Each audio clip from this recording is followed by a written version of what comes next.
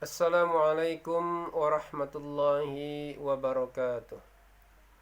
Alhamdulillahi rabbil alamin. Allahumma salli ala Sayyidina Muhammad wa ala ali Sayyidina Muhammad, amma ba'd. Para pemirsa dimanapun berada, yang insya Allah kita semua dimuliakan oleh Allah, pada kesempatan yang berbahagia ini marilah kita bersyukur kepada Allah subhanahu wa ta'ala dengan mengucapkan Alhamdulillahi rabbil alamin, dan bersalawat kita kepada Rasulullah sallallahu alaihi wasallam dengan ucapan Allahumma salli ala Sayyidina Muhammad wa ala ali Sayyidina Muhammad. Para pemirsa dimanapun berada, pada kesempatan yang berbahagia ini saya ingin memberikan satu kajian tentang syafaat atau pertolongan Al-Quran di alam barzah. Bagaimanakah Al-Quran memberikan pertolongan atau syafaatnya saat kita menghadapi kematian dan sudah berada di alam barzah. Dari Al-Bazar di dalam kitabnya La'ali Masnuna meriwayatkan bahwa apabila seseorang meninggal dunia, kemudian orang-orang sibuk sedang menyiapkan kain kafannya, tiba-tiba ada seorang laki-laki yang langsung datang dan berdiri di sisi kepala si mayit. Kemudian di saat orang-orang hendak mengkafani si mayit, tiba-tiba laki-laki ini pun yang tampan tadi langsung berada di antara dada dan kain kafan si mayit. Kemudian saat si mayit ini dimasukkan ke alam kuburnya, setelah ditimbun daripada kuburnya ditutup dengan tanah, kemudian datanglah malaikat Munkar dan Nakir hendak melaksanakan tugasnya bertanya kepada si mayit ini. Tiba-tiba kedua malaikat ini pun terkejut, dikarenakan di sisi si mayit ada seorang laki-laki yang tampan, harum baunya, berada di sisi si mayit. Kemudian kedua malaikat ini pun berusaha untuk mengusir daripada laki-laki tampan ini. Namun apa kata laki-laki tampan ini kepada malaikat? Wahai malaikat, ketahuilah aku adalah sahabat karib si mayit ini.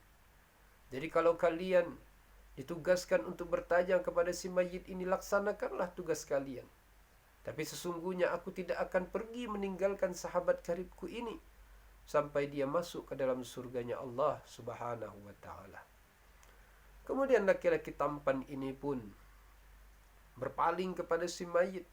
Lalu dia berkata kepada si mayit, wahai si mayit, ketahuilah, aku ini adalah Al-Quran yang dulu di dunia selalu engkau baca dengan suara keras, dan terkadang engkau baca juga dengan suara yang pelan.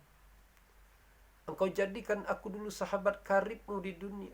Kemana-mana engkau membawa aku, kemana-mana engkau membacakan aku. Engkau basahi lidahmu hanya dengan membaca daripada aku, yaitu Al-Quran. Engkau jadikan aku teman, engkau jaga dulu aku di dunia. Maka saat ini gantian, aku lagi yang menjadi sahabat karibmu di alam barzah ini. Aku lagi yang menjadi temanmu dan penjagamu di alam barzah ini. Maka sesungguhnya janganlah engkau khawatir, karena setelah engkau menjawab pertanyaan ini, engkau tidak akan mengalami kesulitan apapun. Maka kemudian kedua malaikat Munkar dan Nakir melaksanakan tugasnya, yaitu memberikan pertanyaan kepada si mayit. Pada saat malaikat ini memberikan pertanyaan, maka si mayit ini pun dapat menjawab daripada pertanyaan-pertanyaan Munkar dan Nakir tadi dengan mudah. Ini pun disebabkan salah satunya dikarenakan syafaat Al-Quran yang dia bacakan di dunia. Maka pada waktu itu juga diputuskan dia adalah menjadi orang yang dibebaskan daripada azab kubur. Salah satu penyebabnya adalah karena syafaat Al-Quran. Lalu laki-laki tampan itu pun langsung membentangkan daripada permadani yang terbuat dari sutra, yang wangi harumnya karena dipenuhi oleh miski dari Mala'il A'la. Lalu kemudian laki-laki ini pun menemani daripada si mayit tersebut. selama si mayit berada di alam barzah, sampai nanti si mayit masuk ke dalam surganya Allah Subhanahu wa ta'ala. Begitu indahnya syafaat Al-Quran menemani kita di alam kubur. Semoga kita semua akan mendapatkan daripada syafaat Al-Quran ini. Tapi dengan syarat, kita jadikan Al-Quran ini di dunia sebagai sahabat karib kita, sebagai teman keseharian kita. Basahi lidah kita dengan membaca Al-Quran, baik dengan Al-Quran yang kita bawa, ataupun bacakan dengan Al-Quran yang kita hafalkan. Baik kita lagi duduk, lagi pergi, lagi berjalan, ataupun lagi di atas kendaraan. Basahi lidah kita walaupun dengan surat Al-Fatihah yang kita hafalkan, surat Qul Huwallahu Ahad yang kita hafalkan.